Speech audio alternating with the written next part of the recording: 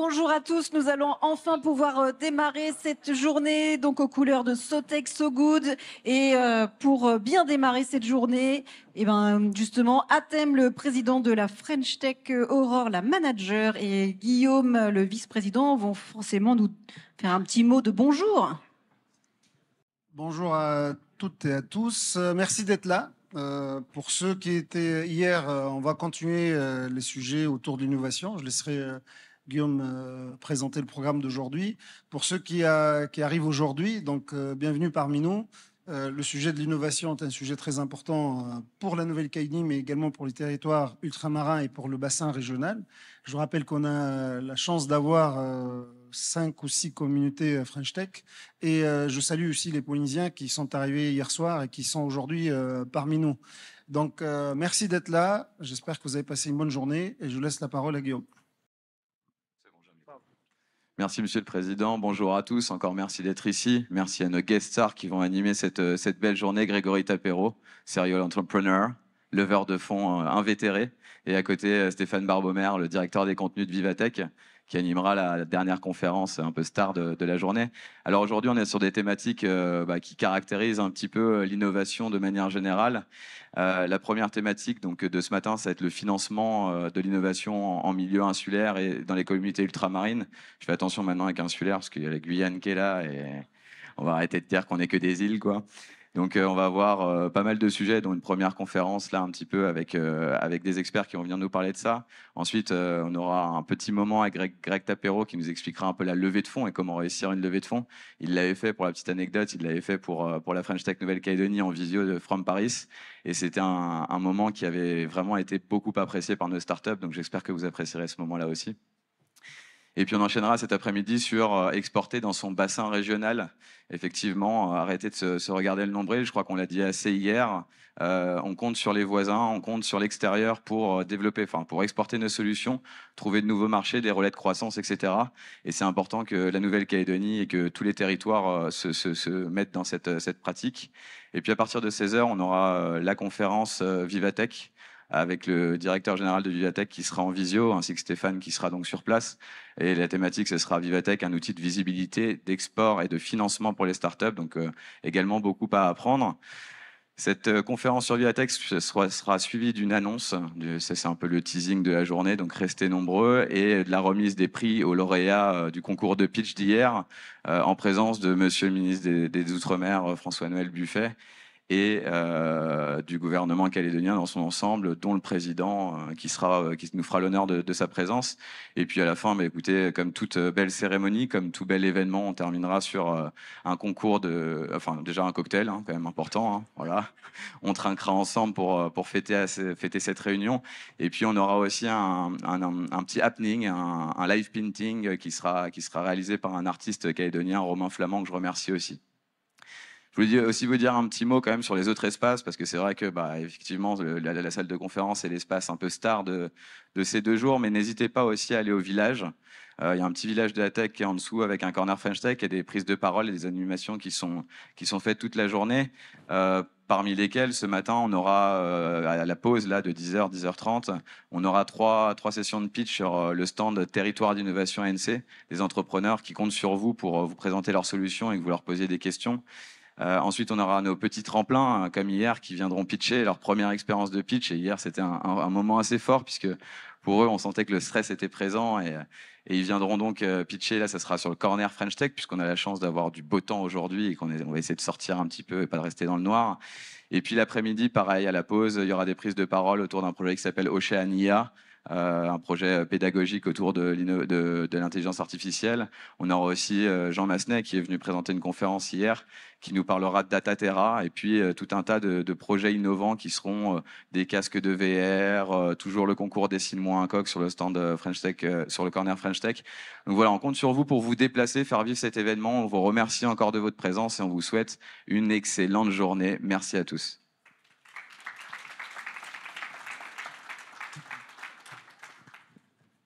Je vais juste vous saluer à tous parce que pour ne pas trop faire la plante verte, je plaisante.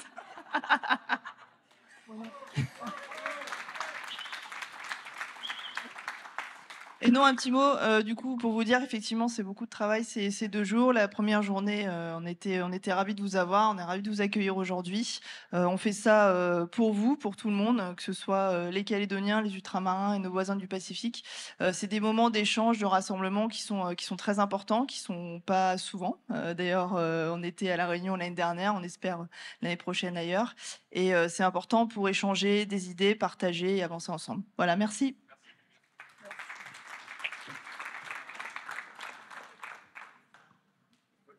Alors, sans plus attendre, nous allons démarrer la première conférence qui a pour objet de montrer quels sont les leviers pour financer l'innovation dans le Pacifique, en commençant par la Nouvelle-Calédonie et en allant justement comparer un petit peu ce qui se fait ailleurs.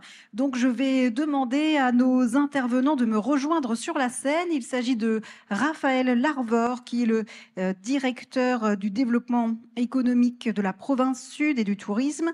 Nous avons également Lisa Kabar, qui représente Invest in Pacific. Franck Ridon, le président de la French Tech Nouvelle-Zélande.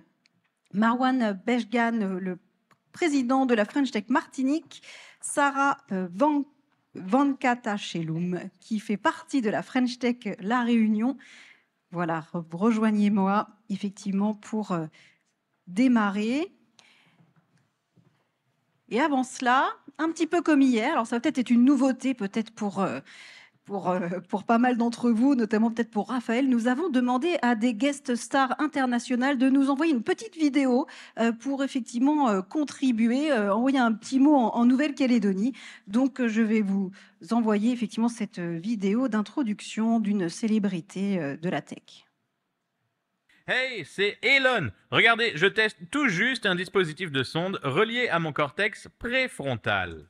C'est un traducteur de pitch qui me permet de savoir où investir. Si un entrepreneur me présente en mode elevator pitch une killer application B2B disruptive qui utilise l'IA pour analyser plus rapidement les big data de la fintech, c'est en fait un gars qui monte dans le même ascenseur que moi. Et là, en 3 minutes, il me propose d'investir sur une solution informatique dédiée aux professionnels du secteur financier pour croiser plus rapidement les données comptables des entreprises. Bon, j'ai un petit souci. Celui qui m'a vendu ce casque ne m'a pas dit comment l'enlever, dis donc. S'il y en a parmi vous qui peuvent m'aider, ça m'arrangerait. Par contre, ne comptez pas tout de suite sur mon pognon, les gars. J'ai déjà tout donné pour la campagne de Donald. Donc voilà, Hélène qui nous envoie effectivement son bonjour et qui, pour introduire, nous parle un petit peu avec ce jargon de la tech, parce que quand on est un entrepreneur, il faut pouvoir parler en fait à ses financeurs, il faut pouvoir aller lever des fonds et il faut connaître aussi les outils d'accompagnement qui sont mis à disposition sur les différents territoires et également par les acteurs du privé. Alors pour introduire un petit peu ce sujet, nous avons la chance d'avoir Raphaël Larvor, donc le directeur du développement économique et du tourisme de la province sud, qui va nous présenter quels sont en fait les dispositifs, 4 grands outils mis en place par la collectivité provinciale qui est compétente en matière de développement économique. Donc Raphaël, je te cède ma place et je te cède aussi la télécommande pour nous présenter ces outils. Merci. Bonjour à tous. C'est beaucoup d'honneur qui m'est fait pour comment d'ouvrir donc cette table ronde. Donc oui, alors c'est en qualité donc de directeur du développement économique et du tourisme de la province sud donc que j'interviens ce matin pour vous présenter donc les quelques dispositifs dédiés donc à l'innovation issus de l'ensemble plus vaste, plus général donc des outils d'intervention donc provinciaux. Alors concernant l'innovation, avant de parler des aides aux entreprises ou aux startups, c'est vrai que nous intervenons aussi directement, Philippe Blaise l'a dit en introduction hier matin, dans le financement d'organismes type Pôle Innovation, French Tech, où on intervient financièrement, ou bien les GRAP aussi, GRAP Open sur le numérique. Donc voilà, ça c'est d'une manière générale pour donc l'écosystème. Et après, donc, on intervient donc plus directement donc dans les entreprises innovantes. Alors, le premier dispositif dont je vais vous parler, Voilà, c'est un dispositif très ancien maintenant, puisqu'il remonte à 2012. Alors, c'était lors de mon premier passage à la direction, où en fait, on avait mis en œuvre ce qu'on appelle en fait le Fonds Sud Innovation. Alors, 2012, pour vous replacer dans le contexte, la French Tech n'existait pas. Comment BPI France n'existait pas non plus. Donc, on était vraiment pour le compte très innovant, très novateur. Donc, ce fonds innovation, c'est un fonds à parité entre la province Sud et puis BPI France. Alors, ça s'appelait pas BPI France à l'époque, c'était Oseo. Et donc, c'était un fonds que nous avions imaginé en fait pour pouvoir être un fonds d'amorçage en fait aux startups innovantes. Voilà, aujourd'hui, ça paraît naturel, ça ne l'était pas véritablement à l'époque. Donc c'est un fonds qui ensuite, qui a abouti donc à quelques belles réussites. Et puis bon, évidemment, entre-temps, BPI France est venu s'installer donc sur le territoire. Et donc ce fonds continue sa vie. On a trois entreprises, enfin, qui sont donc qui sont dans notre portefeuille en cours. Sur donc 11 ou 14 dossiers en fait clos. Voilà, donc là, ce fonds d'innovation est important au-delà du nombre d'entreprises qui ont été dont la création et donc la croissance a été assurée grâce à ce fonds. Au-delà de ça, c'est donc bien le côté fondateur, et ça a abouti en fait sur un certain nombre de questions qui se sont posées, évidemment, puisqu'on a fait des enquêtes et des interrogations donc aux porteurs de projets sur leur satisfaction vis-à-vis de ce dispositif, et ça a abouti en fait à un certain nombre de retours dont nous avons tenu compte. Le plus important, c'est que évidemment c'était un fonds d'amorçage. Il nous a été dit assez rapidement que l'amorçage c'est bien, mais ensuite il y a la continuation. Il faut quelque chose de plus puissant qui puisse permettre de monter en compétences, et là c'est pour ça en fait que nous avons créé ensuite et là récemment pour le compte un fonds de capital risque. Je vais réussir à m'en sortir avec ça. Voilà. Donc, dans la continuité, évidemment, enfin, je ne vais pas vous faire l'histoire, vous connaissez ça très bien. Après l'amorçage, il y a donc le renforcement et donc les besoins en capitaux importants. Puisque évidemment ça coûte très cher de monter en puissance. Donc on a des banques qui sont parfois un petit peu frileuses. Bref, on a besoin donc pour ces entreprises qui sont en phase de montée en puissance, donc d'avoir des capitaux importants qui là ne sont pas comme le fonds innovation, soit des avances remboursables ou bien des subventions, mais bien là des prises de participation. Alors, c'est logé donc à la province Sud, au sein de notre SEM, Société d'économie mixte, donc Promo Sud, qui propose donc un certain nombre d'entreprises. Alors, il y en a 3 pour l'instant, parce que c'est un fonds qui est récent, qui a été créé en 2012, donc qui permet en fait des montées en capital, et donc de l'ordre entre 5 et 15 millions, mais on voit que ça peut dépasser même au-delà de 15 millions jusqu'à 20-25 millions donc d'interventions par des prises donc en capital, et donc ensuite une rémunération à la sortie donc de Promo Sud de ces entreprises au bout de 5, 6, 7 ans jusqu'à 10 ans éventuellement. Voilà sur le fonds capital risque. Alors ça, ce sont donc des fonds très, très spécifiques, hein, donc vous comprenez bien donc l'articulation et l'enchaînement. Il y a aussi, pour continuer, notre navire amiral des aides provinciales, c'est ce qu'on appelle le CAS, le Code des aides de soutien à l'économie, qui évidemment s'adresse à l'ensemble des entreprises de la province Sud, qui sont dans les secteurs en fait que l'on promeut. Alors évidemment, les entreprises innovantes y ont également le droit. Alors il y a je dirais que c'est un code des aides de droit commun qui fait qu'on intervient par des subventions à l'investissement ou par des subventions au fonctionnement, donc des fonds de roulement, des aides à l'emploi. Et il se trouve que spécifiquement pour les entreprises innovantes, on a institué donc justement un seuil plus élevé pour les entreprises innovantes, au titre donc des aides à l'emploi. Habituellement, pour un créateur d'entreprise, un jeune entrepreneur qui se lance dans sa boîte, on lui permet d'avoir 200 000 francs pour payer ses cotisations sociales, un RUAM pour la première année. Ce seuil de 200 000 pour une petite entreprise artisanale, eh bien, on le passe à 500 000 pour une entreprise donc innovante. caractère innovant étant garanti par le regard acéré du pôle innovation qui nous suit en fait sur ces affaires. Donc vous voyez, hein, on a quand même, au sein du code général, on a aussi des mesures qui sont spécifiques aux entreprises innovantes. Alors pour finir, donc le quatrième item là, que je voulais mettre en avant, c'est que lors, donc, encore une fois, de cette enquête qui avait été faite auprès des bénéficiaires du Fonds Sud Innovation, il nous avait été dit par donc, ces entrepreneurs qu'ils préfèrent, enfin, ils étaient très contents, évidemment, d'obtenir des aides de la province, mais ils ont tous unanimement dit qu'ils préféraient, plus que des aides, c'était plutôt des marchés dont ils avaient besoin.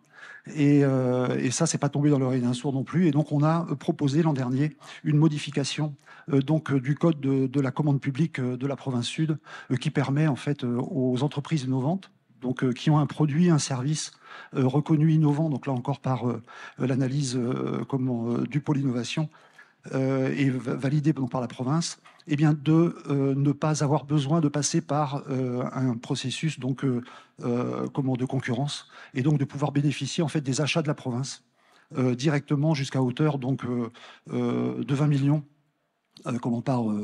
par entreprise. Donc c'est très intéressant parce que ça permet, si cet achat donc, par la province de produits ou de services innovants se vérifie, et bien ensuite ces entreprises peuvent évidemment revendiquer auprès de leurs clients, notamment à l'extérieur du territoire, d'une réussite en fait dans leur collectivité d'origine. Et ça, c'était le meilleur argument commercial que l'on puisse imaginer. Voilà. Donc, vous voyez, hein, pour finir, je laisserai après la parole mes collègues. On a donc des dispositifs généraux, donc d'aide à l'écosystème. Hein. On a ensuite des aides directes, subventions, ainsi de suite, hein, jusqu'au capital risque. Après, on a aussi quelques aménagements donc, de notre code général des aides à l'économie. Et enfin, donc, on a eu une modification donc, de la commande publique qui permet donc, justement à des entreprises innovantes, et on en a quelques-unes qui ont réussi en fait, à nous vendre leurs solutions. Et ensuite, donc, force à elles donc, de pouvoir valoriser cet achat de collectivités locales auprès de leurs clients. Merci beaucoup.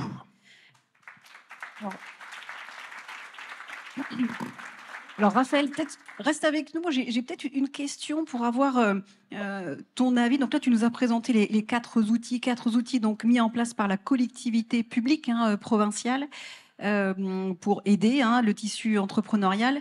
Quel regard apportes-tu notamment sur la partie Fonds Sud Innovation? C'est vrai que tu nous disais 3 dossiers, en tout cas sur 11, c'est ça en ce moment. Et que ce fonds existe depuis 2012. Donc on a finalement 12 ans, on va dire, de recul, un petit peu d'expérience là-dessus. Est-ce que finalement ce chiffre qui paraît un petit peu faible montre un esprit d'entrepreneuriat faible, ou est-ce que de l'autre côté peut-être que les mécanismes sont peu connus, ou est-ce qu'il faut peut-être revoir cette partie-là? Alors effectivement, en valeur absolue, ça ne représente pas grand-chose, ça représente un dossier par an finalisé. Donc c'est sûr que c'est pas un petit peu plus d'un dossier par an. Mais il ne faut pas s'arrêter à ce chiffre-là, puisque l'ensemble des dispositifs, il y a d'autres dispositifs que le Fonds Sud Innovation. La totalité de ces entreprises étaient aussi aidées par notre code des aides de soutien traditionnel. Donc c'est-à-dire qu'en fait, c'est plutôt une mosaïque de dispositifs que nous avons à notre disposition. Voilà. Le Fonds Sud Innovation, encore une fois, il était bien seul au départ. On était adossé à Oseo. Ensuite, BPI France a mis le pied en province sud, et donc a repris le flambeau en quelque sorte, ce qui fait que ça a mis moins de pression sur notre fonds qui était limité en financement.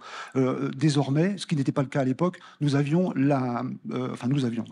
entrepreneurs locaux avaient finalement comme seul bouée ce fonds sur l'innovation qui offrait des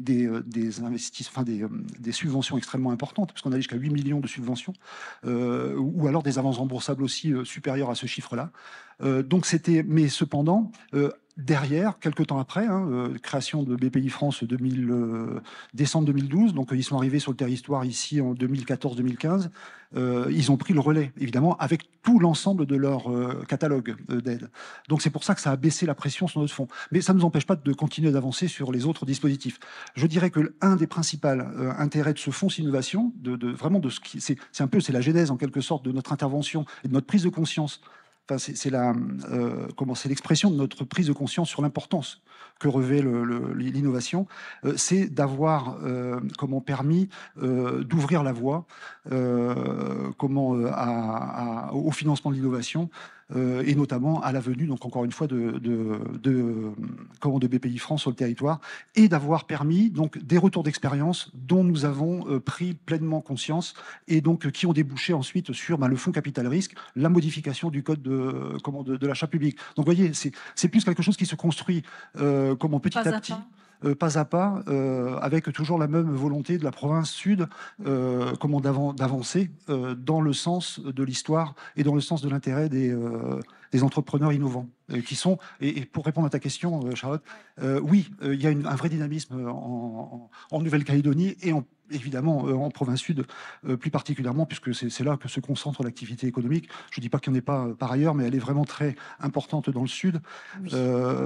Voilà. Liée à la démographie. Ouais. C'est vrai que je te partage hier ce que nous disait Florent Montrouge, le président de la French Tech La Réunion, qui disait finalement, avec le temps, le fait d'accompagner en fait des entreprises de façon, on va dire, plus pragmatique et d'essayer de les aider davantage sur de l'accélération, c'est-à-dire que accompagner des entreprises qui sont déjà un peu plus matures pour que derrière il y ait vraiment des preuves de concept qui soient mises en place en fait plus rapidement. Là, c'est vrai qu'on voit des accompagnements sur 7-10 ans. Est-ce que c'est pas trop long finalement d'accompagner des entreprises sur autant de temps avec des deniers publics? Alors là, élever ouais. la 7-10 ans, c'est les prises de participation. Là, on n'est pas dans la subvention, on est vraiment dans c'est Promosud qui rentre dans l'entreprise, lui permet de capitaliser, d'avoir les moyens assez importants, de pouvoir justement accompagner la croissance dans les niveaux supérieurs à ceux de la mise en œuvre. Là, on est vraiment dans le développement plus que dans l'amorçage. Voilà, bien entendu. Voilà, donc la partie accélération. Alors, Athème, tu veux poser une question, vu que Philippe Blaise t'a dit que tu connaissais le code des aides provinciales par cœur. Non, il a dit que c'est lui qui l'avait écrit. C'est pas vrai. Un petit peu, mais... Merci pour ta présentation. Sur le sujet de... Première question sur le sujet Fonds Sud Innovation, donc, qui est là effectivement depuis un moment. On sait que le montant, enfin l'intervention de BPI aux EO BPI aujourd'hui a été terminée presque 5 ans, je crois de mémoire. Et du coup, sur le deuxième volet qui était la participation de la province sud, où est-ce que vous en êtes? Et de l'ensemble, parce qu'il y avait dedans de l'avance remboursable qui se recycle. Est-ce que le recyclage se fait comme prévu sur la partie avance remboursable? Et est-ce qu'il vous reste des fonds sur ce sujet-là? Et deuxième question, elle concernera plutôt la possibilité de mettre en place un fonds d'investissement calédonien. On sait que le gouvernement travaille dessus. Est-ce que vous étiez approché? Est-ce qu'il y a des sujets autour d'aller vers des interventions plus importantes? Vu qu'il nous manque, en tout cas en Nouvelle-Calédonie, et c'est vrai pour les autres territoires ultramarins à part la Réunion, on est en manque... important de cet étage, qui est le dernier. Alors, pour ta première question, celle de reste-t-il de l'argent dans le fonds Sud Innovation? Oui, clairement oui, il en reste encore, puisque c'est à parité, on a dépensé tout l'argent de la province, un petit peu de l'argent de BPI, mais il en reste encore. Donc, il n'y a pas de problème, c'est un appel que je fais, s'il y a des candidats, c'est possible, donc, soit sur de la subvention ou de l'avance remboursable. Maintenant, tu parlais donc, oui, le fonds capital risque que l'on vient de créer en 2012, on est on est tout seul, Promosud est seul. Effectivement, ça c'est la première étape. Toujours pareil, on avance pas à pas, sans doute pas assez vite, mais bon, c'est pas simple. On sait comment ça se passe. Moi, j'ai la ferme intention de réussir à coupler le fonds Promosud avec un autre financeur, type, pourquoi pas, BPI France ou un autre qui permettrait à parité, comme ça se passe très souvent, de doubler finalement l'avance que peut faire, l'effort que fait la province. Cet effet multiplicateur là, évidemment, il est attendu. En tous les cas, moi, je travaille d'ores et déjà sur cette hypothèse là. Donc la question d'avoir un fonds efficace, bien doté, pour venir prendre des participations dans les entreprises innovantes, oui, c'est quelque chose qui est dans nos têtes depuis longtemps et que l'on commence à mettre en œuvre. La première étape étant la création d'un fonds capital risque un peu solitaire, je reconnais. Moi, j'aurais bien aimé passer tout de suite à quelque chose de paritaire, mais chaque chose en son temps. On y travaille, ça va aller vite désormais. Alors, question de Marwan de la Martinique pour toi, Raphaël. Oui, bonjour. Je voudrais savoir quel était l'objet des prises de participation et qu'est-ce qui a le mieux marché, qu'est-ce qui a été compliqué. Alors, pour l'instant, il y a 3 entreprises qui en ont bénéficié. L'objet, c'est pour de l'investissement ou du fonctionnement. C'est-à-dire qu'il y a... Pardon ? Leur secteur d'activité, leur proposition de valeur? Je ne vais pas citer les entreprises qui en ont bénéficié, mais c'est des entreprises... secteur numérique, clairement. C'est ce qui est tout à fait logique, hein, parce que la moitié des entreprises que l'on suit sont du secteur numérique.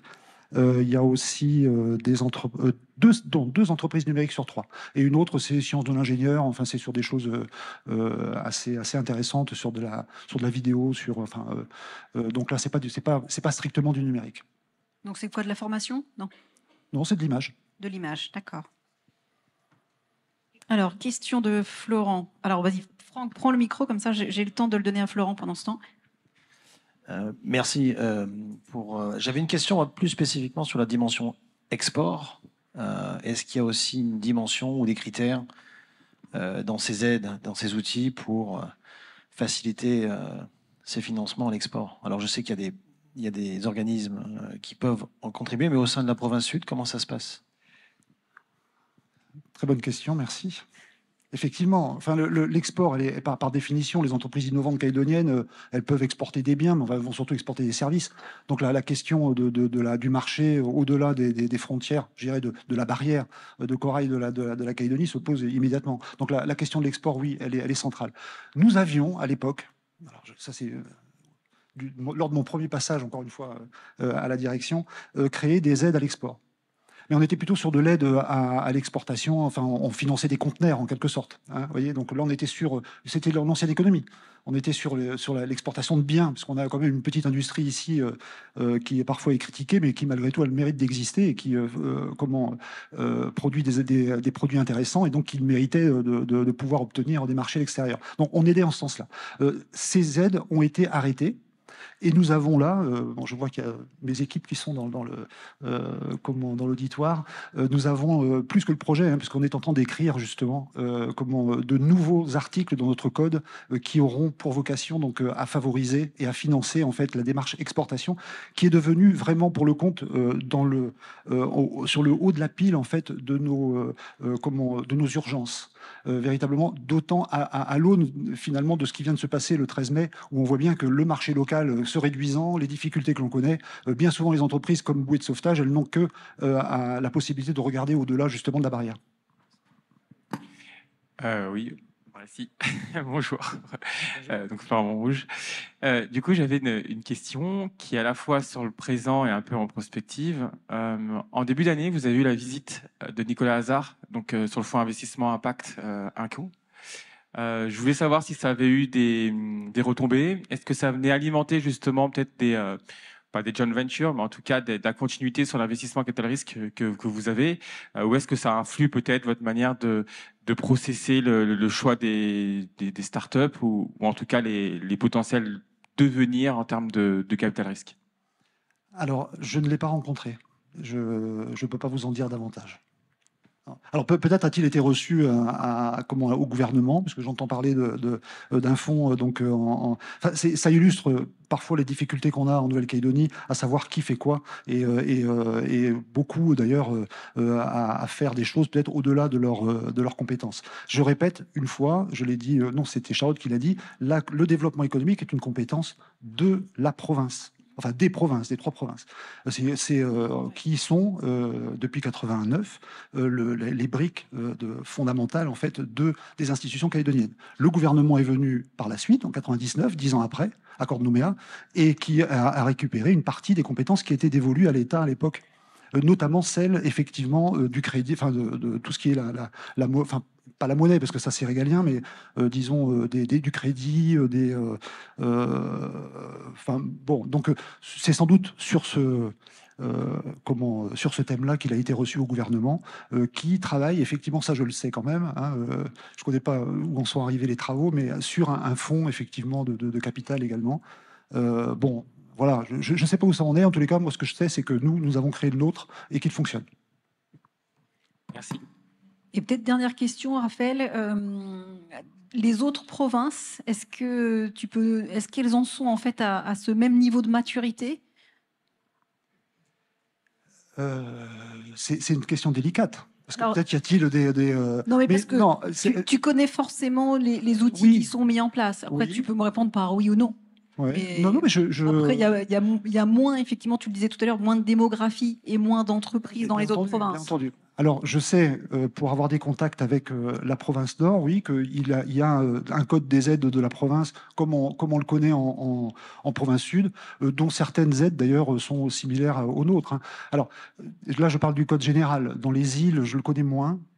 Mais en tous les cas, je ne crois pas. Alors, il faudrait peut-être qu'il y a quelqu'un qui me contredira, mais je ne crois pas qu'il y ait de dispositif spécifique à l'innovation. Voilà. Bon, mais maintenant, ils ont un code des aides, bien entendu, parce qu'ils assument leurs compétences en matière de développement économique. Mais en tout cas, les outils que tu as proposés là, comme tu l'as dit, se sont construits pas à pas, en fonction aussi des besoins, en fonction des partenariats, tu l'as dit, avec BPI et d'autres acteurs. Et là, c'est vrai que ça, c'est important de le souligner. Ça, c'est un travail récent, hein, de faire évoluer en fait votre code des aides pour favoriser au sein de la commande publique l'achat d'innovation. D'ailleurs, la French Tech organisée il y a un mois de ça, l'événement Je choisis la French Tech, et valoriser un petit peu cette démarche qui est vraiment très très neuve en Nouvelle-Calédonie. Oui, pour finir, hein, Capital Risque 2022. Ensuite 2023, donc c'est la modification du code donc d'achat public, et puis l'exportation, ce sera certainement peut-être avant la fin de l'année, je sais pas, ça va dépendre un petit peu de où est-ce qu'on en est. Oui, je vois un truc comme ça veut dire que ce sera avant la fin de l'année. Pouce levé, l'urgence est bien 2024, comprise. 2024. Chef. Voilà, non, il y a une urgence, il y a une urgence et donc il faut qu'on aille vite désormais. Merci beaucoup Raphaël. Alors, on va enchaîner avec Lisa Kabar, qui est la représentante de Invest in Pacific.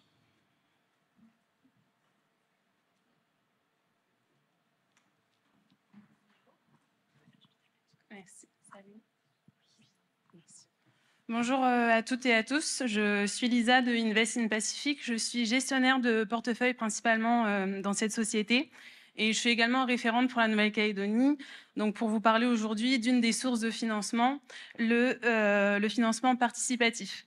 Donc il peut financer intégralement un projet ou être associé à d'autres sources de financement déjà disponibles en Nouvelle-Calédonie, comme on a déjà vu.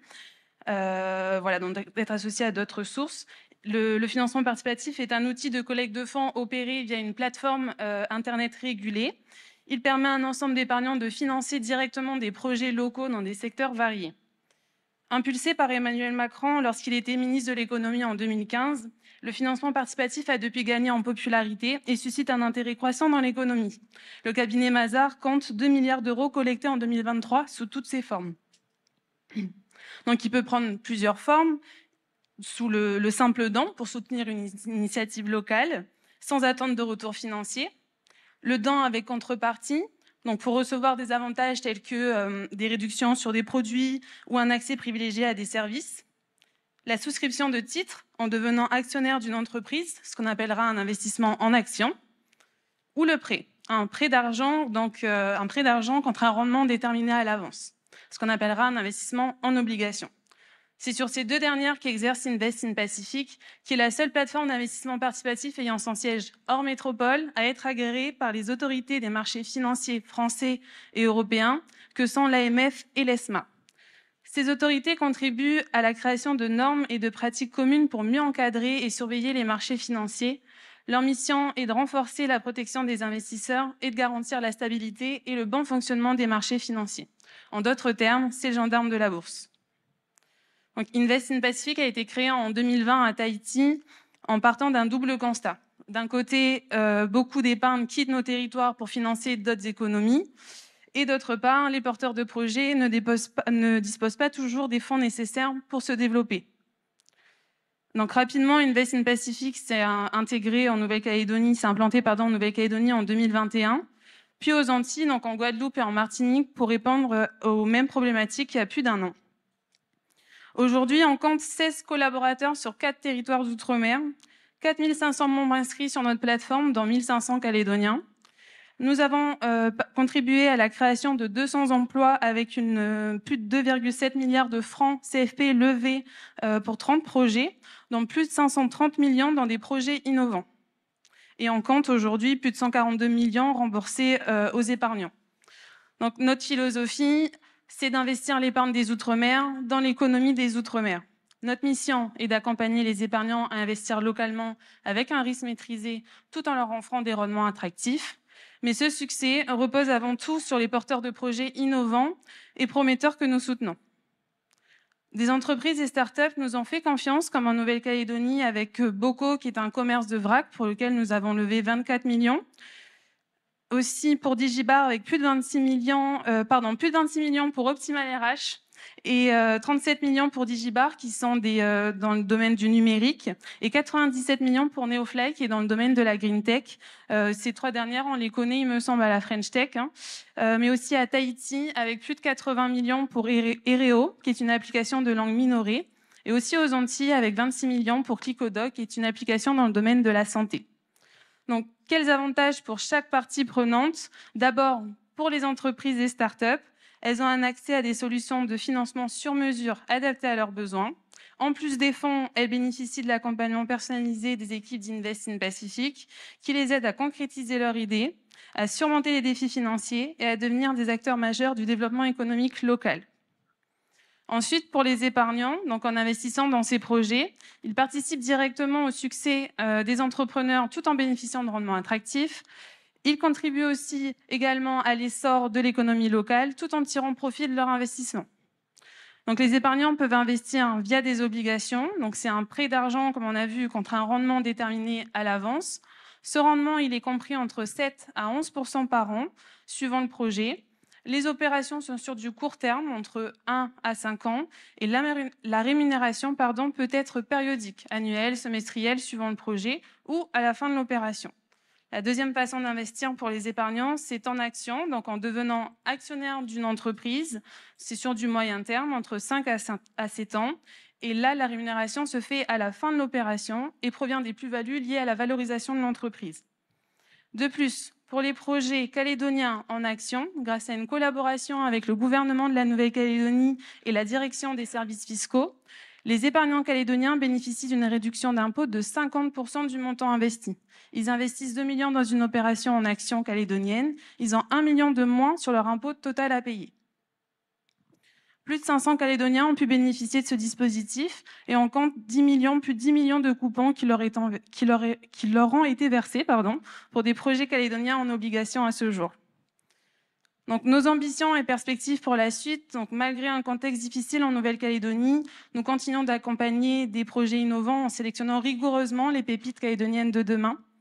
Et nos 4 grandes ambitions pour la suite sont donc de devenir leader d'investissement participatif dans l'ensemble des Outre-mer, pour permettre aux habitants d'être acteurs du développement économique et de leur territoire, et continuer d'offrir une solution de financement alternative et sur mesure aux entreprises et startups d'outre-mer, et continuer d'encourager des investissements responsables et de proximité avec des avantages fiscaux attractifs.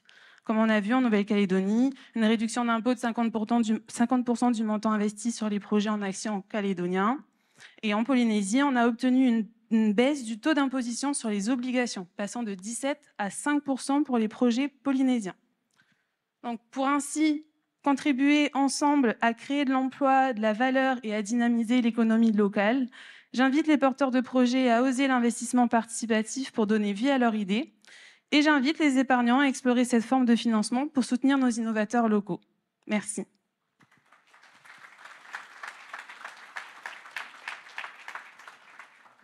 Merci Lisa pour cette présentation donc de Invest Pacific. On voit effectivement que déjà des entreprises calédoniennes, mais aussi en Polynésie et aussi dans la région Antilles travaillent déjà en fait avec vous. Donc vous avez déjà pas mal de retours d'expérience aussi sur les montants investis, sur le nombre aussi d'épargnants. Ça c'est très intéressant avec un travail donc qui a été fait avec les autorités public, notamment la direction des services fiscaux. Donc oui, certains projets ont été financés avec d'autres sources de financement.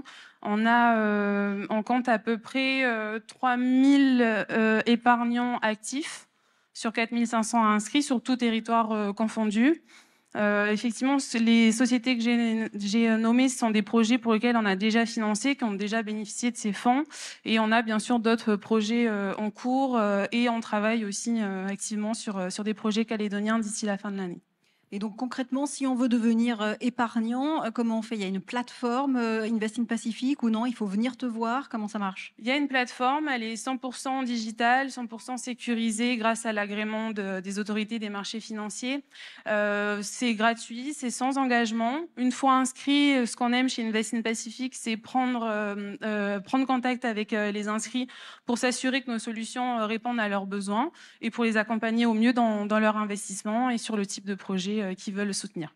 Et peut-être dernière question de ma part sur les entreprises donc justement qui souhaitent aller lever des fonds. Est-ce que là, est-ce que vous faites une communication un peu large, on va dire, pour les entreprises qui sont peut-être pas toutes connaisseuses en fait de ce type de solution? Alors on a effectivement pas énormément de communication, si ce n'est au travers des événements de la French Tech ou des initiatives comme celle-ci. Sinon, on a quand même beaucoup de personnes qui nous connaissent maintenant et beaucoup de personnes qui viennent à nous pour nous présenter leurs projets. Donc le bouche à oreille calédonien fonctionne déjà. Ça fonctionne toujours. J'aimerais donner la parole en fait à Sarah. Sarah, si mes indications sont bonnes, toi, tu as fait l'expérience comme ça d'aller lever des fonds en crowdfunding? Oui, alors moi, comme il y a beaucoup de R&D, il y a pas mal d'aides. Ah oui, alors attends, redonne-nous, parce que c'est possible que dans la salle, des personnes n'ont pas assisté à ton magnifique pitch d'hier. Donc, redonne-nous un petit peu ton projet. Alors, je suis Sarah Venkatachelum, la fondatrice de The Island Cosmetics, qui est la première marque de maquillage solaire naturel française, donc qui permet de se protéger en beauté. Dans mon projet, il y a eu une phase de 4 ans de R&D pour laquelle on a énormément d'aides. Il y a BPI, il y a l'État, il y a la région Réunion, puisque je viens de la Réunion, qui nous aide. Mais après, pour passer à la phase production, malheureusement, très peu suivent. Et la solution, c'était le crowdfunding. Je suis passée par la plateforme Ulule, qui est connue mondialement aussi. C'est un des concurrents de Kickstarter, pour ceux qui connaissent. C'est très intéressant. Par contre, il faut être préparé. On a fait 1 an de préparation. 1 an de préparation. Alors, qu'est-ce que ça veut dire de se préparer à faire du crowdfunding? Il faut déjà avoir la bonne formule, comment parler à notre marché. Donc, préparer plusieurs landing pages, c'est un genre de site de page internet. On a beaucoup de tech. Et la tester auprès d'une audience. Et celle qui nous... Donc, c'est plusieurs fois, il faut retravailler cette landing page pour pouvoir récolter une base de données. Pour ça, il faut faire plusieurs tests de landing page. Une fois qu'on a cette base de données, on sera prêt le jour où on lance vraiment notre crowdfunding à avoir une petite communauté qui achète directement et du coup que ça crédibilise notre crowdfunding et après on sera plus visible facilement sur la plateforme. Donc c'est pour ça qu'il faut faire plusieurs tests pour savoir la landing page qui correspond ou qui parle le plus aux futurs clients. Aussi c'est une super expérience parce que ça confronte notre produit au marché. Jusqu'à la commercialisation, on ne sait pas s'il y a énormément de gens qui vous disent l'idée est géniale, on adore, mais est-ce qu'ils vont acheter ça, on ne sait pas. S'il y a que la vérité, quand on paye, on sait si le client vraiment adhère à notre idée ou à un autre projet. Et donc, c'est la meilleure solution. C'est de la précommande aussi pour les entreprises qui ont un bien physique comme le mien. Ça nous facilite aussi, ça nous donne un moyen de produire et au moins la quantité qu'on doit produire. Ça, on ne fait pas de la production pour rien. Et aussi la visibilité, parce que Ulule, ils ont une newsletter internationale. C'est grâce à ça, derrière, que j'ai eu mon distributeur aux États-Unis. Donc voilà. D'accord. Et donc là, tu dis 1 an de préparation. Donc là, j'imagine que tu as un peu le recul de ça. Est-ce que quelle somme, si tu peux le dire, tu as réussi à lever? Est-ce que tu envisages de refaire peut-être une deuxième campagne de crowdfunding? Alors, on a fait 202% de l'objectif pour un produit teinté. 200% de ton objectif. Tu as Ouais. doublé la mise. Ouais. Pour un produit teinté, c'est incroyable parce que c'était très très compliqué. Je passais mes nuits à répondre à tous les clients pour leur donner la teinte, les rassurer et tout ça. J'ai récolté plus de 15 000 euros sur la plateforme.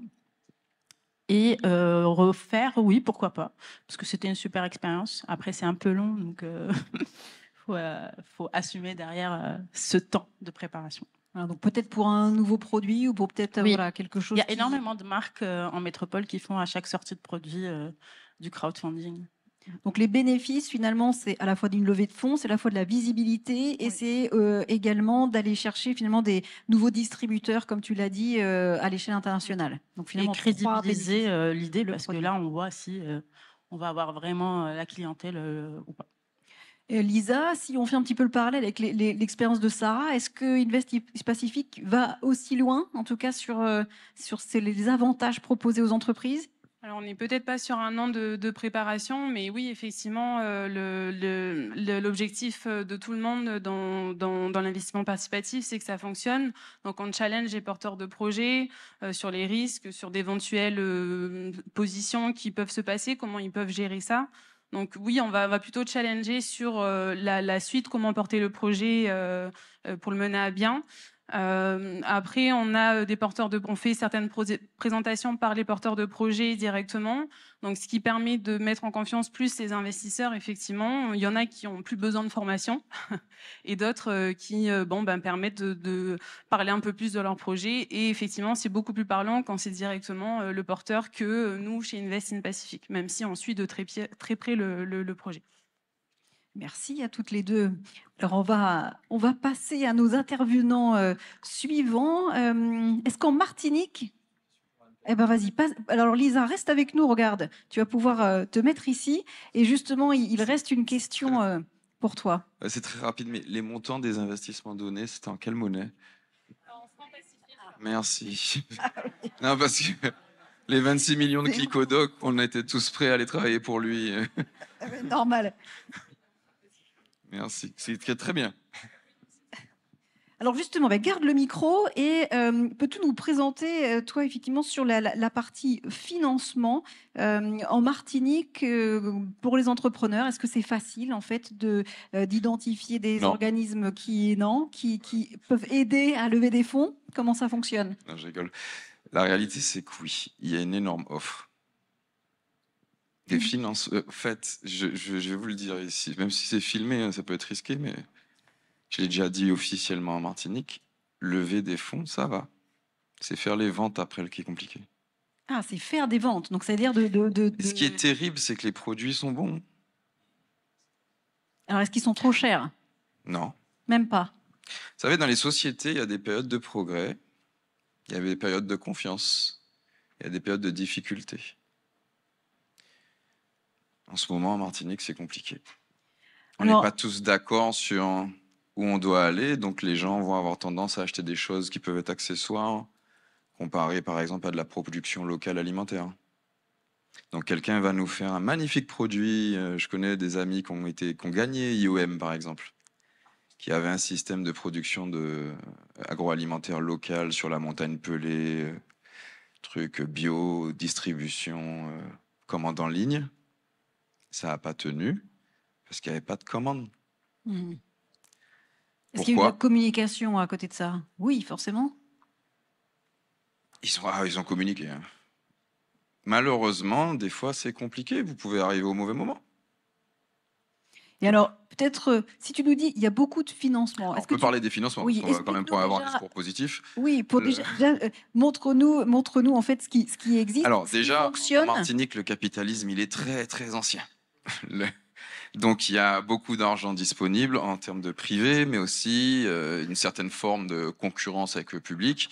Donc on a à peu près tous les réseaux disponibles en termes d'accompagnement et de financement. Initiative Martinique, ADIE, il y a des équivalents locaux. Impact, non, c'est pas, c'est vous, c'est ça. Pardon, j'ai eu peur. Donc Impact Outre-mer, ils sont là, en plus avec des super représentants, plus que locaux. C'est Steve Monsoro, par exemple, en Martinique. Voilà, donc des mecs, ils sont super bien, ils sont connus, ils ont du réseau, etc. Et ils font le travail. Mais par exemple, aujourd'hui, en Martinique, l'innovation, elle a du mal à montrer sa rentabilité. La pure innovation a du mal à montrer sa rentabilité à un investisseur face à l'immobilier locatif, par exemple. Surtout l'immobilier locatif saisonnier avec l'effet Covid, le télétravail, la location saisonnière, qui ont des effets très pervers. Hein. La population locale est repoussée en habitat vertical, pendant que les villas partent en location saisonnière à des télétravailleurs ou à des touristes. Ce qui génère par exemple des problèmes de continuité culturelle. Moi j'habite dans un village de pêcheurs. En bord de mer, il commençait à y avoir beaucoup de locations saisonnières. Les enfants du village, ils vont dans la cité, enfin un village de 5000 personnes, mais ils vont dans la cité derrière. Du coup, ils perdent le savoir-faire de pêche, ils mangent McDo, etc. etc. Donc, bon. Ceci étant, de l'investissement en Martinique, ça y va. Hein. Ça construit, etc. Donc, la question déjà, c'est pourquoi est-ce que les gens iraient vers ce que nous appelons l'innovation? Parce qu'en fait, il y a toujours une vraie question, c'est quoi l'innovation? C'est pas parce que vous avez trouvé une nouvelle façon de faire quelque chose que ça intéresse les autres. Donc ça veut dire déjà qu'il faut bien comprendre, en tout cas se réinterroger sur les besoins finalement d'une société. On est en plein dedans nous aussi, hein, à se réinterroger un petit peu sur les axes à prendre, les stratégies, les modèles. Et donc là, toi, tu poses la question finalement, quelle innovation on veut? Alors, on veut pas faire de la tech pour de la tech. Il faut effectivement que derrière que ça réponde à des besoins. Voilà. Donc, alors, sinon, pour le côté outils de financement, il y en a énormément. Bon, il y en a certains qui pêchent en ce moment, mais même là, c'est pour des raisons valables. Je veux dire, le financement public en ce moment, il n'y a pas beaucoup d'argent dans les caisses de la CTM pour financer l'innovation, parce que manifestement, il faut aller financer les surcoûts de la consommation habituelle. Voilà, donc la collectivité territoriale. Sauf que ça se mord la queue.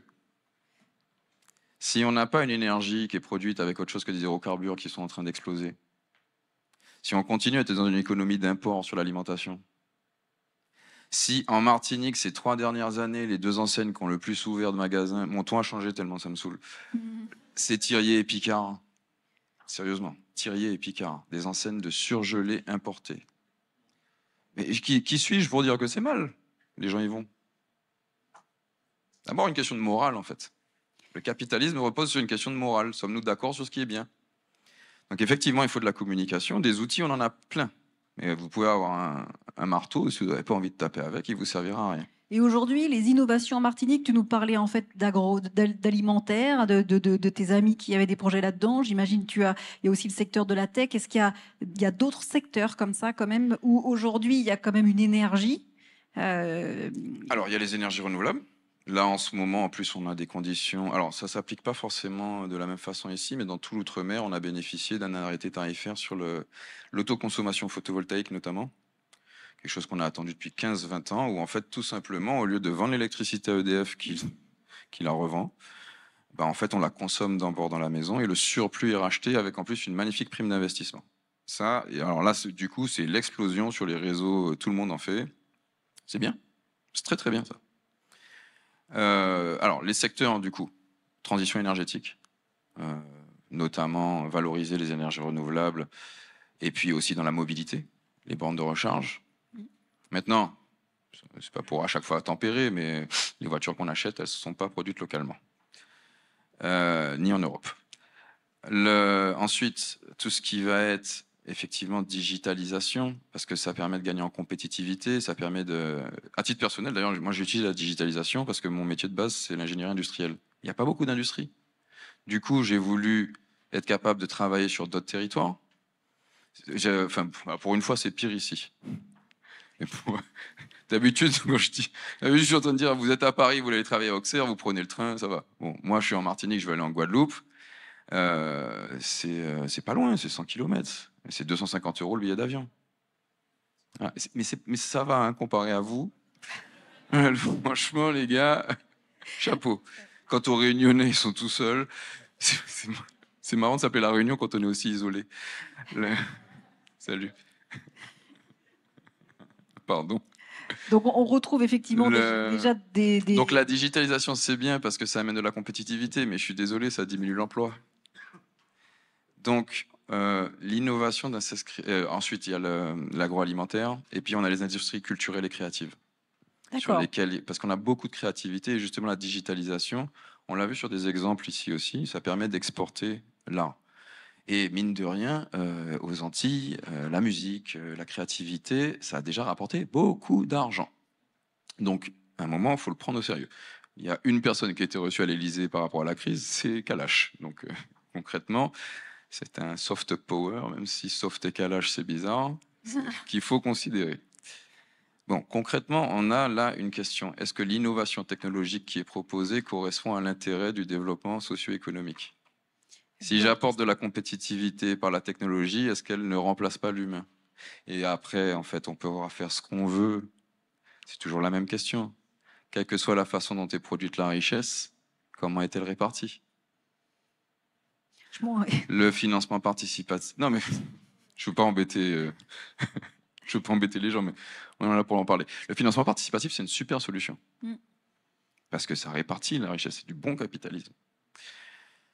Du coup, on a déjà les outils, mais on est dans une crise, nous, sur notre territoire, une crise de densité, en fait. Une crise Le territoire a une économie qui est trop grosse pour lui, et il a aussi une forme de concurrence entre les différents modèles économiques. Est-ce qu'on produit quoi que ce soit? Est-ce qu'on le produit en local ou est-ce qu'on l'importe? Donc toi, effectivement, tu parles pour l'instant déjà de revoir le modèle économique et social pour mieux penser l'innovation. Et que finalement, les finances, elles existent, mais aujourd'hui, elles ne sont pas fléchées sur les bonnes solutions. C'est vraiment ça, hein, que tu dis. Même les dispositifs peuvent exister, mais ils sont... Enfin, là, je parle vraiment de l'actualité que vous connaissez. Hein, je veux dire, et ça nous dépasse en plus. Bon, il y a quand même un État qui fait des décisions, qui a des politiques qui changent, donc on est vraiment dans une période d'incertitude. Mais selon les dires de chacun, moi je n'ai pas vérifié, mais je vais juste faire l'écho. La CTM, par exemple, dit avoir un creux de plus de 250 millions d'euros. La CTM, Collectivité territoriale de Martinique. Merci, ouais, excusez-moi. De 250 millions sur le financement du RSA. Donc les 250 millions, ils les ont pris pour faire du RSA, ils les ont pas pour faire autre chose. Il semblerait que pour l'année prochaine, les financements du secteur digital et de l'innovation ne seront que le FEDER. Il n'y aura pas de financement local. Ça. Donc là, c'est des outils qu'on n'a pas en Nouvelle-Calédonie. Hein, donc le FEDER, qui est le Fonds européen de développement de l'Union européenne, et le RSA, c'est redonne-nous la revenu de solidarité active. Voilà, c'est ça. Ça non plus, on l'a pas. C'est vrai que vous êtes, pardon, d'habitude. Il nous manque des outils aussi. Je sais pas s'il manque des outils ou pas, en fait. Nous, on a des bons outils, on a des bonnes personnes, mais aujourd'hui, il y a vraiment une question. Parce que d'une certaine façon, le conflit qui existe aussi, c'est parce que certains secteurs ont été, pour certains autres, trop vite et trop loin. D'accord. Le secteur de l'immobilier en location aujourd'hui qui explose. Il y a des villas de luxe partout. On ne va pas s'en plaindre. Mais peut-être que c'est de là que vient plus de consommation importée. Comment est-ce qu'on répartit la richesse? Comment est-ce qu'on coordonne les nouveaux arrivants, la nouvelle économie? Parce que j'aime pas personnifier, mais la nouvelle économie et l'ancien monde, c'est là que repose la question. Et c'est aussi dans ça qu'il faut aller chercher des modèles de financement ou de répartition de la richesse produite. D'accord, donc vraiment aux politiques et innovation et financement. Alors si je donne la parole cette fois-ci à Franck pour revenir un tout petit peu dans le bassin pacifique et aller toquer à la porte de la Nouvelle-Zélande et avoir un petit peu ton approche, parce que forcément tu connais beaucoup mieux que nous en fait. Quels sont les outils mis en place par les organisations publiques et privées en Nouvelle-Zélande? Est-ce qu'elles peuvent être accessibles pour des entrepreneurs francophones que nous sommes? Alors, je répondrai à la dernière partie de ta question plus tard. En Nouvelle-Zélande, de par notre situation géographique, monde anglo-saxon, extrêmement ouvert sur l'international. Et donc ça, c'est dans l'ADN de la structure. On a un gouvernement qui opère tous les 3 ans en termes de mandat, donc il y a une certaine dynamique. de faire les choses avancer rapidement. On n'est pas sur des cycles politiques longs. Et donc, il y a eu énormément d'accords de libre-échange qui ont été créés avec la Chine, notamment, donc extrêmement bons pour l'économie. Avec l'Australie, on a des accords privilégiés.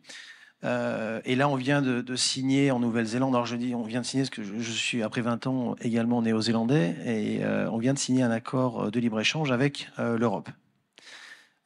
Tout ça, ça crée des conditions particulières. Et pour ceux qui sont un petit peu impliqués dans le financement, le monde anglo-saxon investit différemment en termes de philosophie. On va moins regarder le compte de résultat ou les projections financières. On les regarde, mais il y a surtout une projection sur le potentiel de l'organisation. Et en fait, quand on prend, en fait, si je vous accompagne, en fait, une petite histoire sur la chaîne de valeur, hein, très tôt, on parlait de RSA en Nouvelle-Zélande, même ce qu'on appelle le revenu minimum. Le ministère propose aux gens qui sont au chômage de pouvoir cofinancer une partie du chômage si ces gens-là souhaitent devenir entrepreneurs. Voilà, donc il y a une partie donc c'est pas parce qu'on arrête, on se lance dans l'aventure qu'on perd. Donc la notion de risque est atténuée, ce qui permet qu'on arrive à avoir des innovations assez importantes sur le sujet.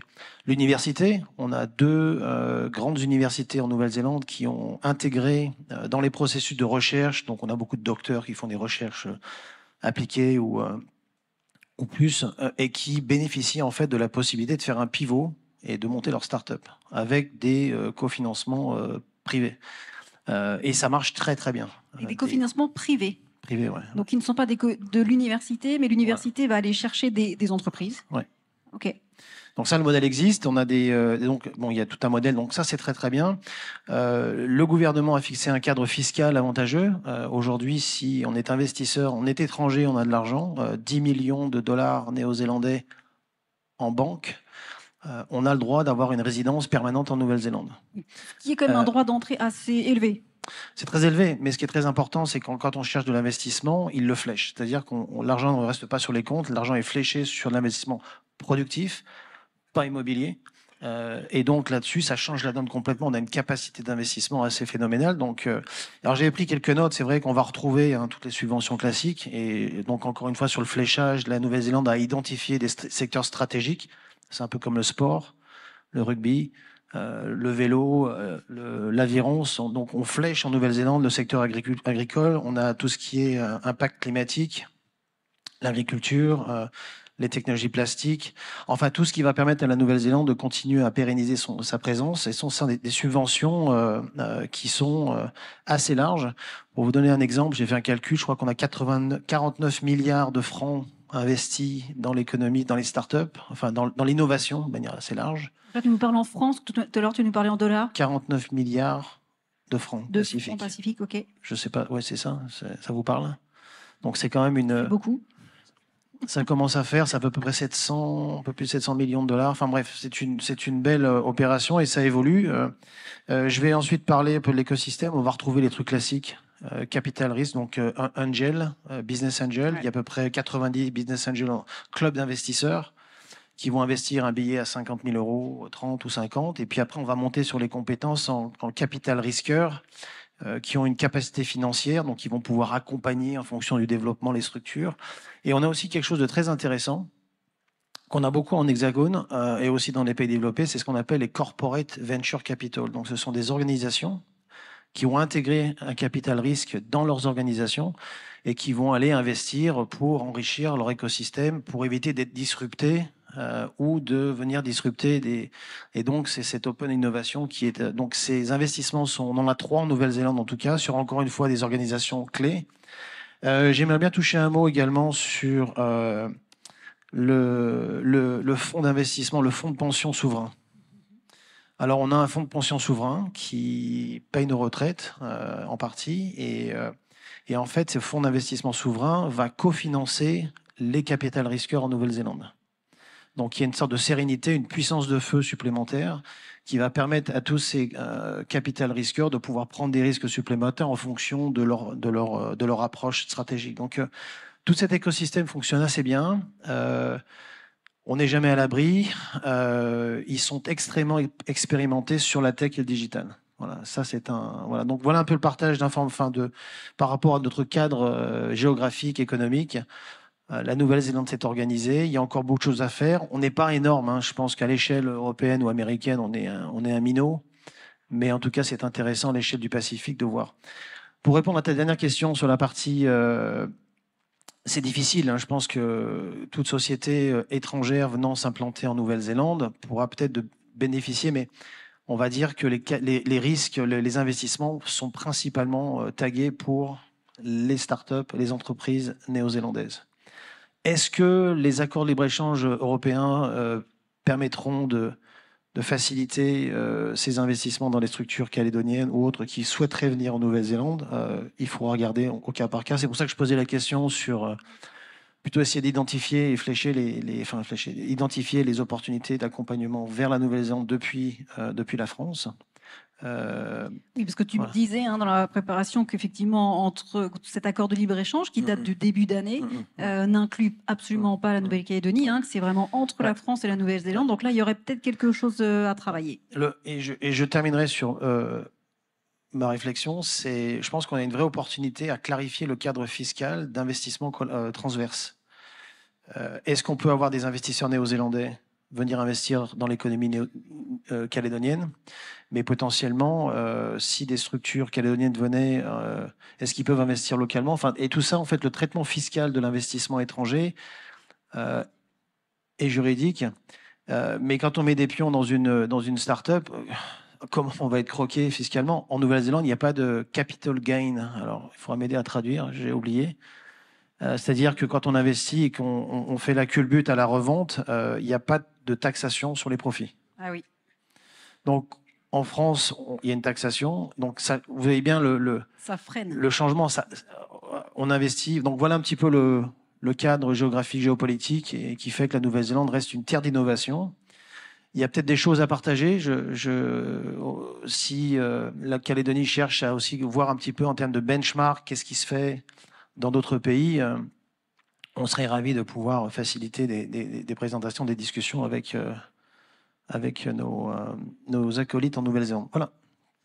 Merci beaucoup, Franck. Des questions? C'est très inspirant. Effectivement, c'est sûr qu'il va y avoir des questions. Je vois déjà un bras qui se lève. Et un deuxième, je vais donner les micros. Merci beaucoup à tous. Effectivement, on n'a pas encore de clarifier la fiscalité des investissements des deux côtés. Par contre, juste en Nouvelle-Calédonie, il n'y a quasiment pas de taxation sur les plus-values mobilières. Enfin, ça c'est au moins ça c'est réglé, elle est très peu taxée.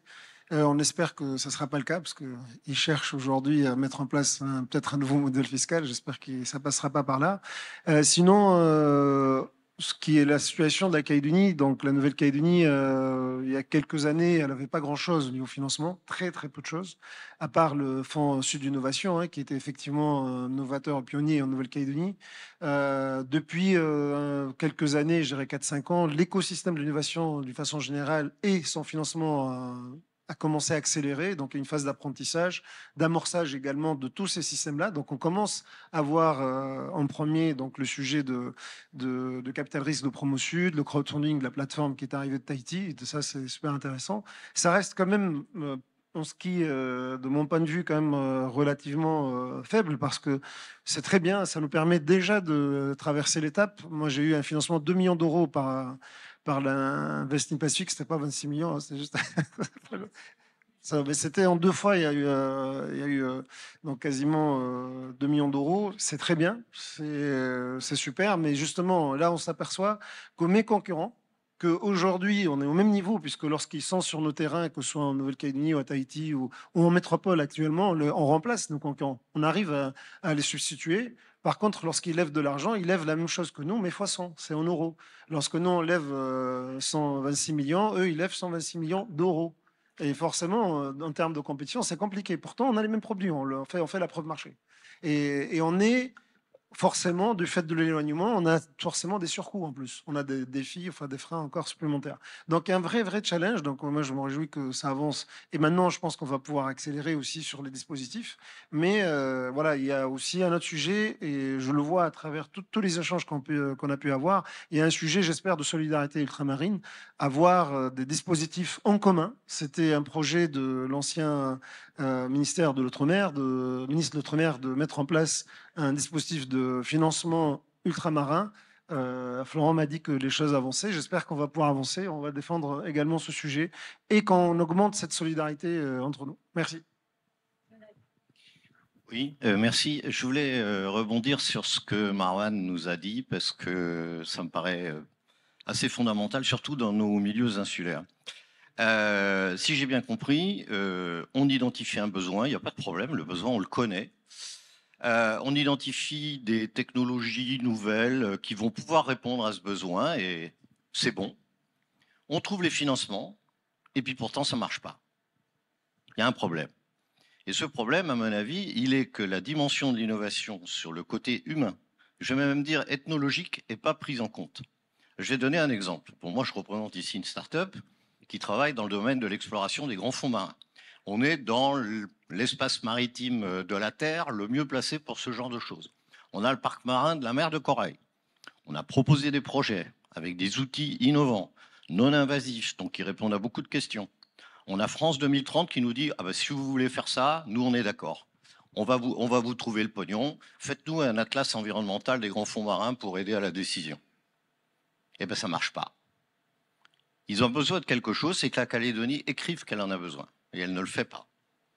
Pourquoi? Parce qu'il y a une dimension de pour et de contre, donc c'est très politique, et des gens qui ne veulent pas entendre parler de ça.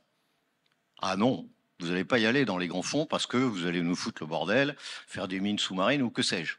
C'est pas ça du tout qu'on veut faire. Et donc, ce sont d'autres qui prennent le pouvoir.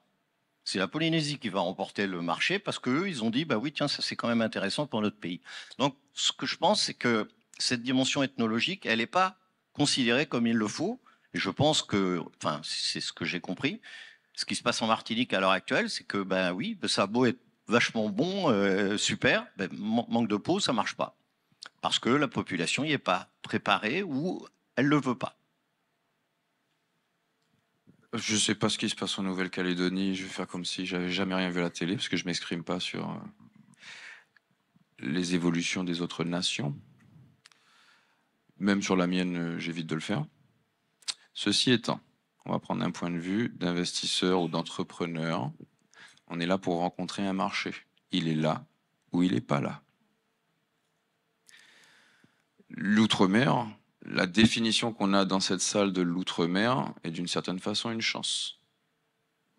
Puisque, comme vous venez de le dire, le projet va se faire ailleurs. Donc le projet, lui, il est fait. Peut-être pas par vous, ça peut être regrettable. C'est pareil aux Antilles, en fait. Régulièrement, on va être mis en concurrence avec nos amis et frères guadeloupéens. Souvent, on y va. Il est sorti Sébastien, mais par exemple, à la fin de l'année, il me disait qu'il veut organiser un événement autour de l'investissement caribéen. Voilà, c'est très bien parce que c'est une alternative à cet autre groupe qu'on est outre-mer. On est aussi caribéen. Okay. Les choses bougent, il faut s'y adapter. Et puis, il est, d'une certaine façon, il est normal qu'il y ait des crises.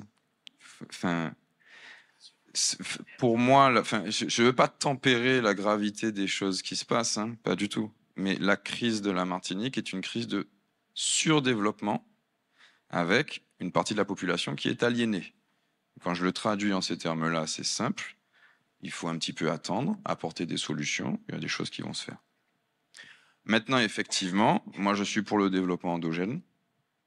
Je suis pour qu'on valorise les ressources locales. Est-ce que c'est ce qui sortira de la crise actuelle? Je ne sais pas. On verra. Ceci étant, pour revenir sur le débat, oui. On a de l'investissement local, on a des outils d'investissement, et là-dessus, moi, j'en reviens à pourquoi je suis venu ici. C'est pour observer ce qui se passe ailleurs et m'inspirer à la fois des échecs et des réussites. Invest Pacific, c'est devenu Impact Outre-mer, parce que ça a marché, c'est tout. c'est un outil intéressant. Hier, je sais plus je suis un peu fatigué, je suis désolé avec le décalage, mais hier, j'appelais à ce qu'on crée un réseau avec La Réunion et qu'on mette des métriques, en fait. Échouer, c'est normal. Pour moins échouer, et c'est d'ailleurs un des principes même de l'industrie. Une industrie est un groupe social qui fait des choix par rapport à la qualité et au retour sur investissement. Moi, j'aimerais qu'on construise ensemble une industrie ultramarine, parce qu'aujourd'hui, on est tous ici membres de la République française, de l'entrepreneuriat, de l'innovation outre-mer, et qu'on partage de la donnée. Si, je veux bien revenir tous les ans, c'est sympa. Mais il faut qu'on progresse. Et pour progresser, il faut qu'on sache ce qui a marché, il faut qu'on sache ce qui a échoué, et qu'on arrive à se dire un petit peu, tiens, ça a marché pour cette raison, ou ça a échoué pour celle-ci. J'insiste. Ouais, c'est bien d'être force de proposition. Alors, on va passer le micro effectivement à Franck. Sarah veut dire aussi un petit mot. Raphaël aussi. C'était très brillant. En fait, c'était plus une réponse par une question. En fait, est-ce que la problématique métier, le business problème est bien compris? C'est vrai qu'entre la commande publique, c'est peut-être différent, les problématiques, mais est-ce qu'il y a un besoin? Je crois que le risque dans nos industries, dans une innovation, c'est on a une idée et on avance. On parlait tout à l'heure des clients adorent, mais tant que c'est pas monétisé, ça reste. Donc, ouais, c'est plus une réflexion. En Nouvelle-Zélande, il y a sûrement aussi des projets sous-marins. Est-ce qu'il y a un besoin? Est-ce qu'il y a une intention, une volonté publique d'explorer? Est-ce qu'il y a la commande privée peut intervenir? Mais c'est quoi la problématique? En fait, essentiellement, s'il y a un problème bien identifié, il y a forcément une réponse. Donc, je ne sais pas. Et qu'est-ce que tu en penses? Je pense qu'en ce qui concerne justement cette histoire de grand fonds, on ne va pas monopoliser là-dessus.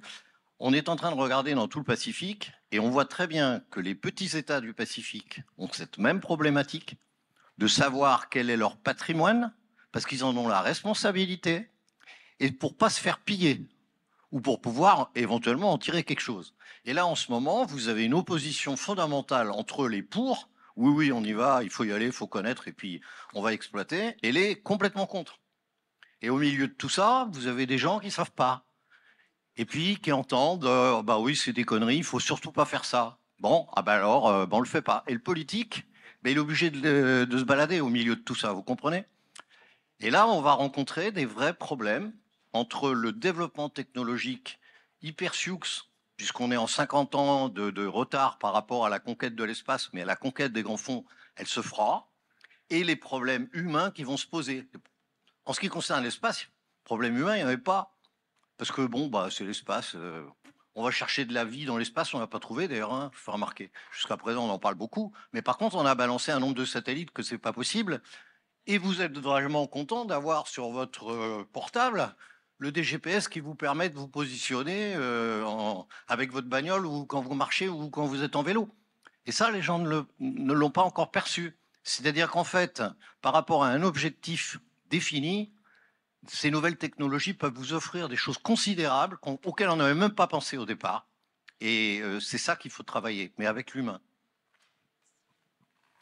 Du coup, si je peux me permettre, d'une façon générale, une innovation par définition, c'est une avancée, un progrès. Donc, des fois, les marchés ne sont pas prêts.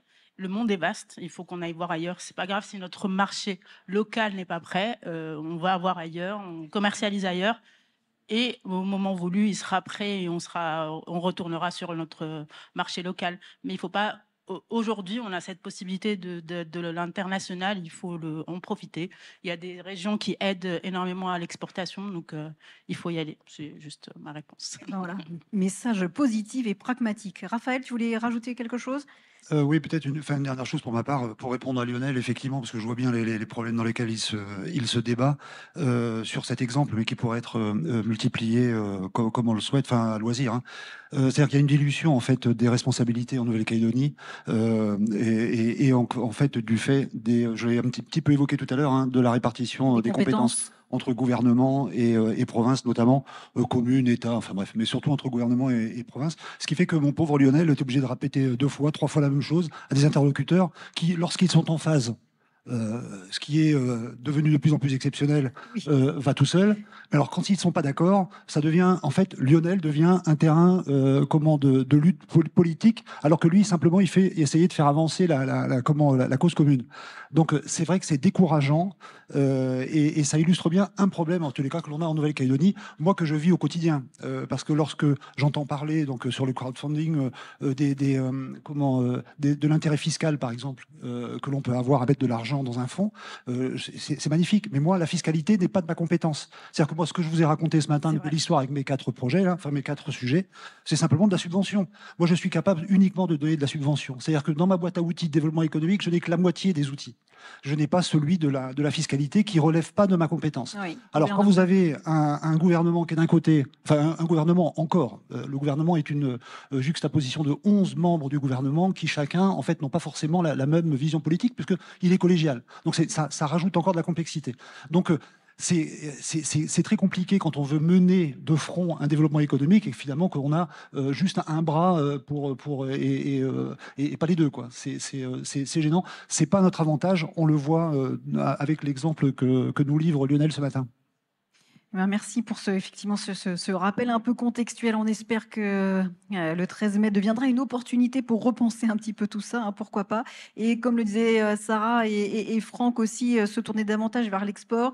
Je fais une petite annonce aussi pour rappeler que Franck organise en début d'après-midi, après le déjeuner, un atelier spécifique sur le sujet export. Donc pour toutes les entreprises qui souhaiteraient partager en fait leurs problématiques, leurs solutions et peut-être s'interroger en fait justement sur cette perspective à l'export en Nouvelle-Zélande, c'est vraiment soyez au rendez-vous avec Franck après le déjeuner.